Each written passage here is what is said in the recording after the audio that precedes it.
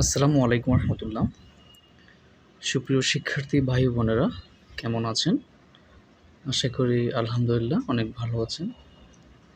তো আজকে অনেক দিন পরে আপনাদের সাথে অথেন্টিক মডেল টেস্টের ২৩ নং মডেল টেস্টের ইংলিশ পাঠ নিয়ে হাজির হয়েছি ইনশাআল্লাহ। তো ইনশাআল্লাহ আমি চেষ্টা করব সবগুলো মডেল টেস্ট দেওয়ার জন্য। আর আরেকটা কথা আমি জানাচ্ছি, প্রাইমারি শিক্ষক নিয়োগ অ্যানালাইসিস গ্রুপের পক্ষ থেকে সবাইকে স্বাগতম জানাচ্ছি এবং পাশাপাশি আমার ইউটিউব চ্যানেল ইংলিশ চার্চের পক্ষ থেকে স্বাগতম জানাচ্ছি। এই ভিডিওটা খুবই গুরুত্বপূর্ণ। ভিডিওটাকে আপনারা প্রচুর শেয়ার দিবেন এবং এই ভিডিওটাতে একটা অ্যানাউন্স দেওয়া আছে, একটা সুখবর দেওয়া আছে, সেটা আমি ইনশাআল্লাহ ভিডিওর মাঝখানে বলবো। তো আপনারা ভিডিওটা দেখতে থাকেন, আশা করি ভালো লাগবে। এই যে গাজী মিজানুর রহমান স্যারের যে বইটি, হ্যাঁ, অনেকে বলে থাকেন এটাতে অনেক ভুল দেওয়া আছে বা কিছু কিছু ভুল আছে, সেগুলো স্যার কারেকশন করে দিয়েছেন। ঠিক আছে? তো আপনি প্রাইমারি শিক্ষক নিবন্ধন দিবেন অথবা শিক্ষক নিবন্ধন দিবেন ৭০তম নিবন্ধন সামনে, প্রাইমারি নিবন্ধন সামনে, অথবা বিভিন্ন মন্ত্রণালয় পরীক্ষাগুলো দিচ্ছেন। খুবই গুরুত্বপূর্ণ কিন্তু প্রশ্নগুলো, ঠিক আছে? তো আমি চেষ্টা করছি শুধু প্রশ্নগুলো না, এগুলোর পাশাপাশি যে প্রশ্ন একটা আদ্যোপান্ত থাকে, ঠিক আছে? সেগুলো সম্পর্কে আলোচনা করার চেষ্টা করি। তো আজকে তাহলে আমি ২৩ নং মডেল টেস্টে যাচ্ছি। ২৩ নং মডেল টেস্ট। যাদের কাছে বই আছে অবশ্যই আপনারা বইটা ধরবেন, আর বই না থাকলেও সমস্যা না, আপনারা কোশ্চেনগুলো দেখতে থাকবেন। ঠিক আছে? ওকে। ওকে, হ্যাঁ, ২১ নং মডেল কোয়েশ্চেন। সাধারণত ২১ থেকে ৪০ পর্যন্ত ইংলিশ পার্টটা দেওয়া আছে। আমি আজকে ২১ থেকে ৩০ পর্যন্ত আলোচনা করব ইনশাআল্লাহ। ২১ নাম্বার আপনি দেখেন কি দেওয়া আছে। আই কুড রাইট অর্থ কি? আমি লিখতে পারবো ওয়েল, আমি ভালোভাবে লিখতে পারবো। If I a good pen, if I have good pen, নাকি if I had good pen, নাকি if I was good pen, নাকি if I had to good pen. আপনি অর্থ দেখেন। আসলে আমরা গ্রামারের উপর ডিপেন্ড করি, কিন্তু অর্থ বুঝেও কিন্তু এটা সলভ করা যায়। আমি একটি চিঠি লিখবো, ভালোভাবে একটি চিঠি লিখবো যদি আমার কাছে কি থাকে, ভালো একটি কলম থাকতো। আমি ভালো একটা চিঠি লিখতাম। আমি একটা ভালো চিঠি লিখতাম যদি আমার কাছে ভালো থাকতো। এটা হচ্ছে সেকেন্ড কন্ডিশনাল। এটা সেকেন্ড কন্ডিশনালে পড়েছে, মানে আনরিয়ালে পড়েছে। যেমন আমি তোমাদের বাসায় যেতাম যদি তুমি আমাদের বাসায় আসতা। মানে যায়ও নাই আর হয়ও নাই। এটা সেকেন্ড কন্ডিশন, মানে আনরিয়াল, অবাস্তব। এটাও তেমন হয়েছে। আই কুড রাইট ওয়েল, আমি ভালো লিখতাম যদি আমার কাছে ভালো একটা কলম থাকতো। তাহলে আপনার মনে কি হচ্ছে, এদিকে পাস্ট কিছু একটা হবে না? অবশ্যই ডেফিনেটলি হ্যাড হবে। তারপর টেক্সট স্ট্রাকচারটা আমি একটু দেখাই আপনাকে, আমি লিখে রাখছি। দেখেন, ইপের অংশটা যদি পাস্ট ইনডিফিনিট টেন্সে হয়, ইপের অংশটা কি হয়? যদি পাস্ট ইনডিফিনিট টেন্সে হয়, পরের অংশ would, could, might, be one হবে। কি হবে? ইপের যে অংশটা আছে, ইফের যে ক্লজটা আছে, সেটা যদি পাস্ট ইনডিফিনিটে থাকে আর পরের অংশটা উড, কুড, মাইট, বি ওয়ানে থাকবে। বুঝতে পেরেছেন? আশা করি বুঝতে পেরেছেন। এখন দেখেন, এই যে ইপের যে অংশটা, এটার পাস্ট ইনডিফিনিট হতে হবে, তাহলে এই অংশটা কী হবে? উড, কুড, মাইট, বি ওয়ানে হবে। রাইট? ওকে। তাহলে আমি এখানে হ্যাডটা দিব। হ্যাড দিলে কিন্তু আবার অনেকে মনে করে এটা ফার্স্ট পারফেক্ট। না, হ্যাডের পরে আপনার V3 থাকতে হবে, পাস্ট পার্টিসিপল থাকতে হবে, তাহলে না এটা হ্যাড ফার্স্ট পার্টিসিপল হবে অথবা ফার্স্ট পারফেক্ট টেন্স হবে। কিন্তু if I had a good friend, আমার একটা কলম ছিল, তাহলে এটা হবে first indefinite. If I had a car, আমার একটা গাড়ি ছিল। ঠিক আছে? আশা করি আপনারা ১ নম্বর প্রশ্নটা বুঝতে পেরেছেন ভালো করে। আমি ২১ নম্বর প্রশ্নটা বুঝতে পেরেছি। আমি ২২ নম্বরে যাচ্ছি। The antonym of the word shabby. Shabby শব্দটির বিপরীত শব্দ কোনটি? শ্যাভি শব্দটির বিপরীত শব্দ কোনটি? খেয়াল করুন এখানে। শ্যাভি মানে হলো নিকৃষ্ট। শ্যাভি মানে কি? নিকৃষ্ট। স্লাগিশ মানে হলো নিকৃষ্ট, মানে সিনোনিম। মোমেন্টাস মানে গুরুত্বপূর্ণ। তারপরে হলো আপনার নিও। নিও মানে হলো নতুন কিছু। এখন দেখেন এখানে ওল্ড মানে পুরাতন। তাহলে এখন আমার কথা হচ্ছে, শ্যাভি যদি মন্দ হয়ে থাকে, ওল্ড মানে পুরাতন, স্বাভাবিক পুরাতন জিনিসগুলো মন্দ, এমন সিনোনিম বোঝা যাচ্ছে। যেটা নতুন আসে, বা আপনি কোনো চাকরিতে নতুন ঢুকছেন, আপনি কিন্তু খারাপ হবেন না। এটা কিন্তু সেই পয়েন্ট অফ ভিউ থেকে দেখতে হবে। ওল্ড হয়ে গেলে হয়তো বা কোনো আপনার মাঝে কোনো ফ্রাইড চলে আসতে পারে, কোনো বা খারাপ মন্দ কিছু করতে পারেন। কিন্তু যে নতুন সে কিন্তু খারাপ কিছু করে না, সে কিন্তু নতুনে থাকে। স্লাগিশ মানে হলো নিকৃষ্ট, মন্দ। একটু আগে দেখেছেন এই যে স্লাগিশ মানে হলো মন্দ, নিকৃষ্ট। আর মোমেন্টাস মানে গুরুত্বপূর্ণ, কিন্তু নিউর সাথে এটা একটা কেমন জানি বিপরীত মিলে। মন্দ আর হচ্ছে নতুন, নতুন কিছু একটা, নতুন প্রজন্ম বা সে খারাপ ভালো হবে। তাহলে নিউটা হলো অ্যান্সার, নিউটা হলো কি অ্যান্সার। আচ্ছা, 23 নাম্বারে যাচ্ছে। 23 নাম্বারে যদি আমি আলোচনা করতে হয় তাহলে আমি একটু গ্রামাটিক্যালি কিন্তু খেয়াল করতে হবে আপনাকে। হ্যাঁ, 23 নাম্বারটা দেখি কি বলছে, এনিথিং, সামথিং, নাথিং, আর। এটা কি ডেমনস্ট্রেটিভ প্রোনাউন নাকি ডিস্ট্রিবিউটিভ প্রোনাউন নাকি ইনডেফিনিট প্রোনাউন নাকি রিলেটিভ প্রোনাউন? ঠিক আছে? আচ্ছা, তো এখানে খেয়াল করুন একটু, সম্পূর্ণ এনিথিং, সামথিং, নাথিং এগুলো হচ্ছে কিসের? প্রোনাউনের প্রকার। এগুলো হচ্ছে কিসের প্রকার? প্রোনাউনের প্রকার।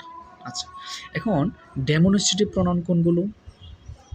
ডেমনস্ট্রেটিভ প্রোনাউন হলো, হ্যাঁ, 23 নাম্বার আমি যেটা বলছিলাম, ডেমনস্ট্রেটিভ প্রোনাউন চিনতে হবে আপনাকে, ডিস্ট্রিবিউটিভ প্রোনাউন চিনতে হবে, ইনডিফিনিট প্রোনাউন চিনতে হবে, রিলেটিভ প্রোনাউন চিনতে হবে। তারপরে কিন্তু আপনি অ্যান্সারটা করতে পারবেন। তা আমি লিখে রাখছি আপনাদের জন্য। এই যে দেখেন, ডেমনস্ট্রেটিভ প্রোনাউন কোনগুলো? This, that's, that, those. This হলো সিঙ্গুলার, দ্যাস হলো প্লুরাল, দ্যাট হলো সিঙ্গুলার, দোস হলো প্লুরাল। রিলেটিভ প্রোনাউন কোনগুলো? W is question, who, what, how, when, where, how much, how long, how for, এগুলো হলো রিলেটিভ প্রোনাউন এবং কি ইন্টারোগেটিভ প্রোনাউন। যখন এগুলো বাক্যের প্রথমে বসে ইন্টারোগেটিভ কাজ করে, প্রশ্নবোধকের কাজ করে, কোনো প্রশ্ন করে, তখন সেটা হয়ে যাবে ইন্টারোগেটিভ প্রোনাউন।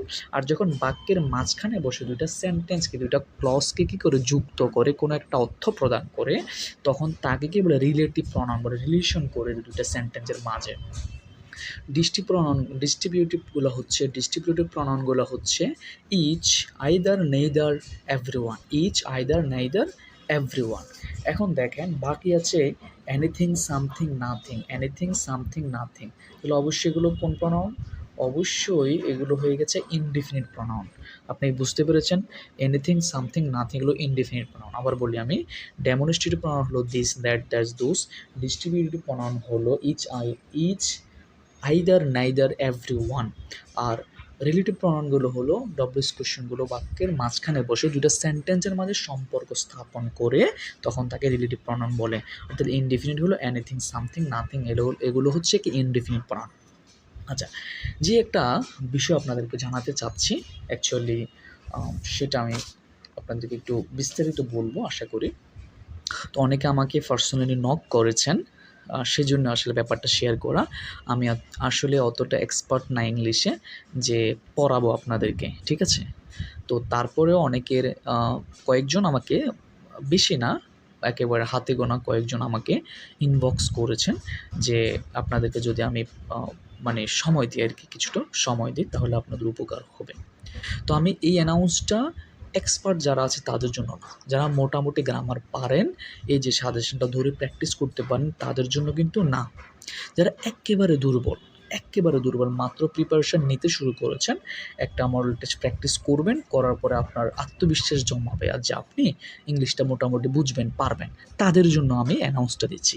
একেবারে যারা দুর্বল তাদের জন্য আমি আবারও বলছি, আমি অতটা এক্সপার্ট নই, যারা একেবারে দুর্বল, প্রিপারেশন শুরু করেছেন তাদের জন্য আমি এই অ্যানাউন্সটা দিচ্ছি। কেননা 1 থেকে 22 পর্যন্ত আমার মডেল লিস্টগুলো আপনারা পেয়েছেন, যারা এখনও পান নাই আমার YouTube channel English charts, YouTube চ্যানেলে গেলে আপনারা ভিডিওগুলো পেয়ে যাবেন। যদি ভালো লাগে তাহলে আপনারা আমার সাথে কথা বলতে পারেন, ঠিক আছে? আমি আবারও বলছি, একেবারে যারা প্রিপারেশান নিচ্ছেন, বিগিনার্স আছেন, তাদের জন্য ভিডিওটি। হ্যাঁ, এই ভিডিওটি এখন কথা হচ্ছে কি ব্যাপারটা, কথা হচ্ছে কি আসলে আমার অ্যানাউন্সটা কি? অ্যানাউন্সটা হচ্ছে এই যে মডেল কোয়েশ্চনটা আমি প্র্যাকটিস করাচ্ছি বা সলভ করতেছি, আমি 1 থেকে 50 পর্যন্ত ইংলিশ পার্টের যে 50টা কোয়েশ্চেন্স আছে, আমি আপনাদের সাথে কি করব? 50টি কোয়েশ্চেন আলোচনা করব। 50টি কোয়েশ্চেন পার্সোনালি আপনাদের সাথে আমি আলোচনা করব। ঠিক আছে?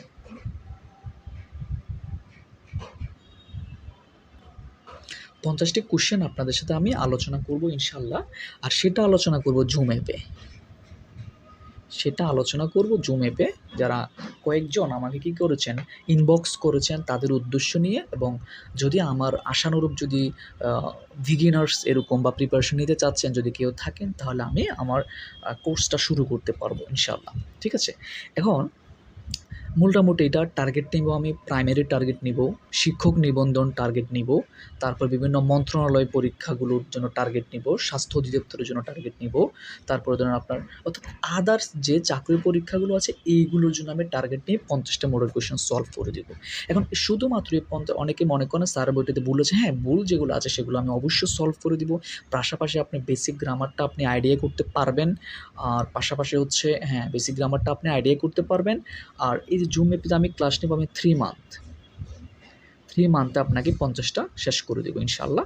সেটা উইকলি অর্থাৎ সপ্তাহে 4 দিন আমি 4টা মডেল টেস্ট সলভ করে দিব। উইকলি সপ্তাহে আমাদের আমি ক্লাস নেব 4 দিন। সপ্তাহে ক্লাস নেব হচ্ছে, হ্যাঁ ক্লিয়ার হচ্ছে না।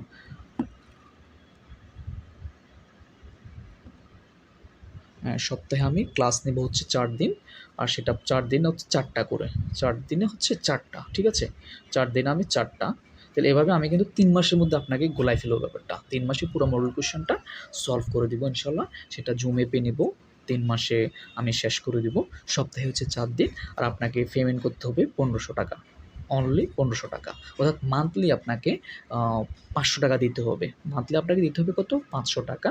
আর 4টা যদি আমি করি তাহলে আমার সপ্তাহে 4টা করলে 4 সাথে 28, 4 সাথে 28, অর্থাৎ আমি যেভাবে করি 3টা নেই 4টা নেই, আমি 3 মাসে আপনাকে শেষ করে দিচ্ছি। 3 মাসে মোটামুটি সপ্তাহে 3 দিন ক্লাস নিব নাকি 4 দিন নিব সেটা আমি ডিফাইন করে, অর্থাৎ 1500 টাকা আপনাকে দিতে হবে, 50টা মডেল কোয়েশ্চেন সলভ করে দিব। ঠিক আছে? আর আরেকটা ব্যাপার হলো, হ্যাঁ সেটা কয়টা থেকে কয়টা? রাত 9টা থেকে 10টা। সেটা থাকবে রাত 9টা থেকে 10টা। আপনার ব্যাপারটা পুরোটা একটু দেখে নিন ভালো করে। 50টা মডেল কোয়েশ্চেন সলভ করে দিব, সেটা নেব জুম অ্যাপে। 3 মাসে আমি শেষ করব। আর সপ্তাহে 4 দিন নাহলে 3 দিন নেব, প্রতিদিন 1টি করে, 4টি 3টি ওকে। আপনাকে 3 মাসে অর্থাৎ মান্থলি আপনাকে 500 টাকা করে আমাকে দিতে হবে। সেটা অবশ্যই সম্মানে বলতে পারেন, নাহলে আমার ইনকাম বলতে পারেন, পরিশ্রম বলতে পারেন। ওকে, এটা আবার আমি বলছি এক্সপার্ট যারা তাদের জন্য না, সরি, যারা একেবারে বিগিনার্স যারা মানে অর্থাৎ পারেন না, টোটাল প্রশ্নটা পড়ে বুঝেন না, তাদের জন্য ভাইয়া আপুদেরকে বলছি, যারা একেবারে বিগিনার্স প্রশ্ন পড়ে বোঝেন না তাদের জন্য। এখন আপনার কাছে বইটা থাকতেও পারে, না থাকতেও পারে। থাকলে তো বেটার, আপনি প্রশ্ন ধরে ধরে আমার সাথে পড়তে পারবেন। আর না থাকলে কি করব, যদি বইটা না থাকে আপনি কিনে নেওয়ার চেষ্টা করবেন, মাত্র 150 টাকা না 130 টাকা মনে হয়। আর যদি একবার নাই কিনতে পারেন, আপনি আমাকে মেসেঞ্জারে নক করবেন, আমি আপনাকে ফেসটা তুলে পাঠিয়ে দিব। যদি আপনি আমার কোর্সটা করতে রাজি হন, তাহলে যেদিন যেটা আলোচনা করবো সেটা আমি ফিকটা তুলে পাঠিয়ে দিব, আপনি সেটা ধরে ধরে পড়তে পারবেন। সেটা লিখে রাখবেন, লিখে রাখলে ধরে ধরে পড়তে পারবেন। ঠিক আছে? এটা হলো কথা। তাহলে আমার ব্যাপারটা যদি ভালো লাগে আপনি অবশ্যই আমাকে ইনবক্স করতে পারেন। ইনবক্স যদি করেন পার্সোনালি আমাকে প্রথমে আপনি 500 টাকা আমার বিকাশ নাম্বার দিয়ে দিব। আপনি যদি করেন 500 টাকা দিয়ে দিবেন। দেওয়ার পর আমি একটা শিডিউল দিয়ে আপনাদের ক্লাস নেওয়া শুরু করব। তো আজকে হচ্ছে আপনার 18 তারিখ। যদি এই যে 12 দিন আছে, 1 তারিখ থেকে আমি শুরু করব। 1 তারিখ থেকে অর্থাৎ 1 সেপ্টেম্বর থেকে। 1 সেপ্টেম্বর 2022 না 21 ওকে। 1 সেপ্টেম্বর 2021 থেকে আমি ক্লাসটা শুরু করব। এই ছিল আমার মোটামুটি কথা। আমি পরে আবার এটাকে রিপিট করব, আগে কোয়েশ্চেনস আলোচনা করি আমি। ঠিক আছে? ওকে, 24 নম্বর প্রশ্নটা আছে, a rolling stone gathers no moss. Rolling মানে ঘূর্ণমান, স্টোন মানে পাথর, গ্যাদার্স নো মোস অর্থাৎ ঘূর্ণমান যে পাথরগুলো আছে সেগুলোতে কি হয় না, সেগুলো একত্রিত হয় না, বা যাই হোক কিছু একটা বোঝাচ্ছে এখানে। ঠিক আছে? এখন রোলিং শব্দটা কি জিরান্ড না পার্টিসিপল না অ্যাডজেক্টিভ না ডিটারমাইনার? খুবই গুরুত্বপূর্ণ একটা প্রশ্ন। আমার কাছে অলরেডি লেখা আছে, এখানে পুরো একটা শীট লেখা আছে যে জিরান্ট হবে না পার্টিসিপল হবে। এটা আসলে মানে কি বলবো, একবারে মাথা নষ্ট হওয়ার মতো একটা প্রশ্ন। আপনি দেখবেন বড় বড় বইগুলো, মাস্টার বই পড়লে, কম্পিটিটিভ এক্সাম বই পড়লে, ভালো ভালো বইগুলো পড়লে আপনি দেখবেন মাথা নষ্ট হওয়ার মতো একটা প্রশ্ন। প্রচুর উদাহরণ দেওয়া আছে, আপনার মাথা খাই ফেলবে। তো আমি চেষ্টা করবো আপনাকে একবার সহজে বুঝিয়ে দেওয়ার জন্য বিষয়টা আসলে কি। রোলিং এটা হলো পার্টিসিপল। কোন পার্টিসিপল? Present participle. পার্টিসিপল 3 প্রকার: present participle, past participle, perfect participle. ঠিক আছে? এখন প্রেজেন্ট পার্টিসিপল কীভাবে হলো? আপনি এই যে সহজ একটা বিষয় এখানে ফলো করলে বুঝতে পারবেন। আমার এখানে দেখেন, আপনি দেখেন, যখন দেখেন ভার্বের সাথে আইএনজি, ভার্বের সাথে আইএনজি, জিরান মানে ভার্বের সাথে আইএনজি, জিরান মানে কি ভার্বের সাথে আইএনজি, ওকে, এটা গেল জিরান। এখন জিরান হবে না প্রেজেন্ট পার্টিসিপল আবার ভার্বের সাথে আইএনজি, দুইটাই কি ভার্বের সাথে আইএনজি। এখন দেখেন, আপনি যখন এই যে নাউনটা থাকবে, যেটার নিচে দাগ দেওয়া থাকবে সেটাকে ফর দিয়ে রিপ্লেস করবেন। ফর দিয়ে রিপ্লেস করলে আপনি জিরান পাবেন, সহজ বিষয়। ইজ দিয়ে যখন রিপ্লেস করবেন তখন আপনি প্রেজেন্ট পার্টিসিপল পাবেন। আমার মনে হয় আপনাকে আর কোনো জিনিস বোঝাতে হবে না, এই জিনিসটা যদি আপনি মাথায় রাখেন। ফর দিয়ে রিপ্লেস করবেন, জিরান পাবেন, আর ইজ দিয়ে রিপ্লেস করবেন, প্রেজেন্ট পার্টিসিপল পাবেন। কীভাবে? সুইমিং পুল, অনেকে বলে থাকেন যে সুইমিং এখানে জিরান পার্টিসিপল, কীভাবে? পরে নাউন আছে সেজন্য এটা অ্যাডজেক্টিভ হয়ে পার্টিসিপল হয়ে গেছে, কিন্তু আসলে তো জিরান। ব্যাপারটা বুঝছেন? ফুল হলো নাউন আর সুইমিং হলো নাউন। তো এটার আগে যখন এটা বসছে তখন নাকি পার্টিসিপল হয়ে যাবে, কিন্তু আসলে মূলত জিরান হয়েছে। এখন দেখেন, ফুল ফর সুইমিং নাকি ফুল ইজ সুইমিং? এই যে সুইমিং ফুলটা, ফুল ইজ সুইমিং না ফুল ফর সুইমিং? সুইমিংয়ের জন্যই তো ফুল, সাঁতার কাটার জন্যই তো আমাদের যে ফুল, যে ফন্ড জিনিসটা সেটা। তো ফুল ফর সুইমিং না ফুল ইজ সুইমিং? ফুল কি সাঁতার কাটতে পারে না? ম্যান ইজ সুইমিং, মানুষ সাঁতার কাটতে পারে, হি ইজ সুইমিং, সে সাঁতার কাটতে পারে, কিন্তু ফুল তো এটা ওই জায়গার নাম, ঠিক আছে? তো সুইমিং ফর ফুল নাকি pool for swimming? Pool for swimming, for দিয়ে রিপ্লেস করা যাচ্ছে, পর দিয়ে রিপ্লেস করা যাচ্ছে, তাহলে এটা হবে জিরান। আর সুইমিং গার্ল, মেয়েটি, ওকে, গার্ল এখানে নাউন, সেই জন্য এটা অ্যাডজেক্টিভ পার্টিসিপল হয়ে গেছে, কিন্তু আসলে পার্টিসিপল কীভাবে বুঝবেন? গার্ল ইজ সুইমিং, ইজ দিয়ে রিপ্লেস করা যাচ্ছে, ইজ দিয়ে যখন রিপ্লেস করা যায় সেটা প্রেজেন্ট পার্টিসিপল হয়ে যাবে। এখন আসি আমাদের কোশ্চেনে। দেখেন, স্টোন ফর রোলিং, পাথর, স্টোন ইজ রোলিং, পাথরগুলো গুণ্যমান করে। স্টোন ইজ রোলিং নাকি পর rolling? Is rolling, stone for rolling, স্টোনের জন্য এগুলো গুণ্যমান হয় নাকি, নাকি stone is rolling? Stone is rolling, stone is rolling, পাথরগুলো গুণ্যমান হয় বাতাসে, তাহলে পার্টিসিপল হয়ে গেছে। I open the door as soon as, দেখেন, অ্যাজ সুন এজ মানে যত তাড়াতাড়ি সম্ভব আমি দরজা খুলেছি। আই হার্ড দ্য বেল, অর্থাৎ বেলের আওয়াজ শোনা মাত্রই আমি কী করেছি? দরজা খুলে ফেলেছি। অ্যাজ সুন এজের প্রথম অংশ যদি ফার্স্ট ইন্ডিমিট হয়, পরের অংশ ফার্স্ট ইন্ডিমিট হয়ে যাবে। অ্যাজ সুন এজের উভয় দিকে ফার্স্ট ইন্ডিমিট, অ্যাজ সুন এজের উভয় দিকে কী হবে? ফার্স্ট ইন্ডিমিট হবে। 26 নম্বর, what is the adjective of the word identification? আইডেন্টিফিকেশনের অ্যাডজেক্টিভ হলো আইডেন্টিফিয়েবল। আইডেন্টিফিকেশন মানে পরিচিত নাউন, এটার আপনার অ্যাডজেক্টিভ হলো আইডেন্টিফিয়েবল, ওকে। তারপরে হচ্ছে দ্য টিচার ইনসিস্ট অন, সহজ বিষয়, অনের পরে প্রিপোজিশনের পরে ভার্বের সাথে আইএনজি হবে, টিচিং হবে। এই যে ছোটো ছোটো বিষয়গুলো আমি আপনাকে আমার কোর্সে শেখানোর চেষ্টা করবো ইনশাআল্লাহ। The teacher insist on teaching, he is good at English, ইংরেজিতে দক্ষ, he is good for English, ইংরেজির জন্য দক্ষ, he is good to English হবে না, he is good at English, good at মানে দক্ষ, ঠিক আছে? আচ্ছা, আমি আবারও আমার কোর্সটা সম্পর্কে আমি আপনাকে একটু বলি যে ক্ষুদ্র কয়েকজন আমাকে, মুষ্টিমেয় কয়েকজন আমাকে কী করেছে, ইনবক্স করেছেন, সেজন্য আমি সিদ্ধান্তটা নিয়েছি। তো সেটা 50টা, 1 থেকে শুরু করে 50টা মডেল কোয়েশ্চেন এই বই থেকে, যে বইটা আমি আলোচনা করছি সেই বই থেকে আলোচনা করব, সেটা আমি আলোচনা করব জুম অ্যাপে আপনার সাথে। সেটার ডিউরেশন নেব আমি 3 মাস, সপ্তাহে 3 দিন অথবা 4 দিন পড়াবো। আমাকে 3 মাসের জন্য পেমেন্ট করতে হবে 1500 টাকা, 1 মাসে 500 করে, 3 5 1500 টাকা, খুব স্বল্প মূল্য একটা মূল্য দিচ্ছি আমি। সেটা ক্লাস করব রাত 9টা থেকে 10টা, 1 সেপ্টেম্বর থেকে শুরু করব ইনশাআল্লাহ। যদি আমার আশানুরূপ আপনারা রেসপন্স করে থাকেন অবশ্যই আমাকে মেসেঞ্জারে নক করবেন, এই ব্যাপারটা নিয়ে আমি আপনাদের সাথে ডিটেলস আলোচনা করব ইনশাআল্লাহ, ওকে। তারপরে 29 নম্বরে একটা ন্যারেশন দেখা যাচ্ছে, the indirect speech of this sentence, he said to his friends, let us play now, he said to his friend, indirect করতে হবে লেট আস থাকলে এটা আপনার কোন সেন্টেন্স সেটা আপনাকে বুঝে নিতে হবে, সেটা কি ইম্পারেটিভ না অপটেটিভ? অবশ্যই সেটা কি ইম্পারেটিভ। চলো আমরা খেলতে যাই। লেট আস থাকলে একটা জিনিস আপনি মনে রাখবেন, সেটা হবে আপনার লেট আসের জন্য লেটটা প্রস্তাব বোঝাচ্ছে, প্রস্তাব বোঝালে রিকোয়েস্টেড হবে না, এটা নেবেন আপনি, ওকে। দেখেন, হি সেড টুর জন্য আপনি নেবেন প্রপোজটি নেবেন, কি নেবেন? সেটটার জন্য নেবেন propose to his friends, okay, linker হিসেবে দ্যাট দিয়ে দিবেন। তারপর দিয়ে দিবেন কেন? আস মানে আমরা মানে দিয়ে তারা, তারপরে এখানে শুড দিতে হবে, তারপরে V1 দিয়ে দিবেন। অর্থাৎ লেট আস থাকলে আপনি দেবেন প্রপোজ টু দ্যাট, দিলেই আপনার ব্যাপারটা বুঝে যাবে। প্রপোজ টু দ্যাট, অর্থাৎ সেট টুর জন্য প্রপোজ টু, তারপর আপনি যেটা অবজেক্ট আছে সেটা এখানে বসাই দিয়েছেন। মার্কার হিসেবে আপনি অর্থাৎ লিঙ্কার হিসেবে আপনি কি দ্যাট বসাইছেন। আজের জন্য উই দে বসাইছেন। তারপরে শুড বসাতে হবে। শুড বসাতে হবে এখানে অবশ্যই বসাতে হবে। আপনি নিয়মটা দেখলে বুঝতে পারবেন। তাহলে খ হচ্ছে অ্যান্সার। 30 নম্বর হচ্ছে ওয়াইন্ডফল শব্দটির মিনিং কি? ওয়াইন্ডফল শব্দটির মানে হচ্ছে আনএক্সপেক্টেড গেইন মানে অপ্রত্যাশিত কোনো অর্জন। ওয়াইন্ডফল মানে হচ্ছে বায়ুপ্রবাহ বোঝায় কিন্তু এটার মূলত মিনিংটা বোঝায় হচ্ছে আনএক্সপেক্টেড গেইন। এই ছিল আমার আজকের আলোচনা 21 থেকে 30 পর্যন্ত। যারা আগ্রহী হয়ে থাকেন অবশ্যই আমাকে নক করবেন মেসেঞ্জারে।